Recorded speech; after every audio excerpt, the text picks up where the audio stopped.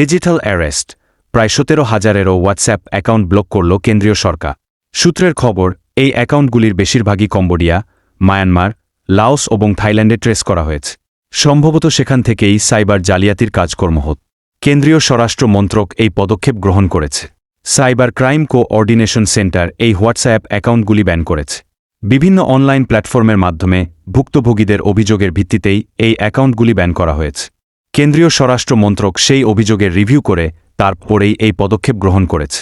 প্রথমেই খতিয়ে সন্দেহজনক অ্যাকাউন্টগুলি চিহ্নিত করা হয়। তারপর হোয়াটসঅ্যাপ কর্তৃপক্ষকে সেই অ্যাকাউন্টগুলি বন্ধের নির্দেশ দেওয়া হয়। সম্প্রতি ইন্ডিয়া টুডের তদন্তে বেশ কিছু চাঞ্চল্যকর বিষয় উঠে আসে। দেখা যায়, কম্বোডিয়া, মায়ানমার এবং লাওসের বিভিন্ন ভুয়ো কল সেন্টার থেকে ভারতীয়দের উপর প্রতারণা চালানো হচ্ছে। তদন্তে আরও জানা যায়, মানব পাচারকারীরা এই ফ্রড কলের মাধ্যমে ভারতীয়দের বিদেশে, কম্বোডিয়ায় মোটা বেতনে ভালো চাকরির টোপ দিচ্ছে। তারপর এর মাধ্যমে অনলাইন আর্থিক প্রতারণা এবং সাইবার অপরাধের জাল ফেলছে।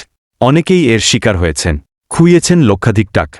আবার দিন দিন ডিজিটাল অ্যারেস্টের ঘটনাও বাড়ছে। এই ডিজিটাল অ্যারেস্ট কি? প্রতারকরা ফোন করে নিজেদের এক্সাইজ বা অন্য কোনো সরকারি দফতরের আধিকারিক হিসাবে পরিচয় দিচ্ছে। তারপর বলা হচ্ছে, আপনার নামে একটি পার্সেল আছে, তাতে মাদক মিলেছে। এতে যিনি ফোন পাচ্ছেন তিনি হকচকিয়ে যান।